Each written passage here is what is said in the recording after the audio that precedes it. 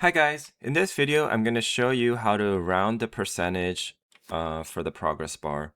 So you can watch a different video on how to create a progress bar, but once you've created it, say you have different total values for your max. So if you did like 20, you're going to get this ugly 66.666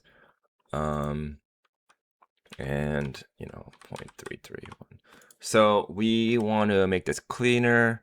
What we do is we go to the formula, and in the percentage we just add a round command.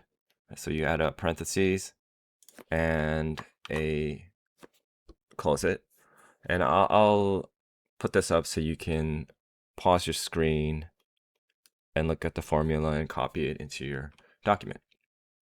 And again, there's extra parentheses at the end, but this is what it looks like. And when you do that, it will round it up to the nearest percent. So there you go. Hope this helps. Thank you.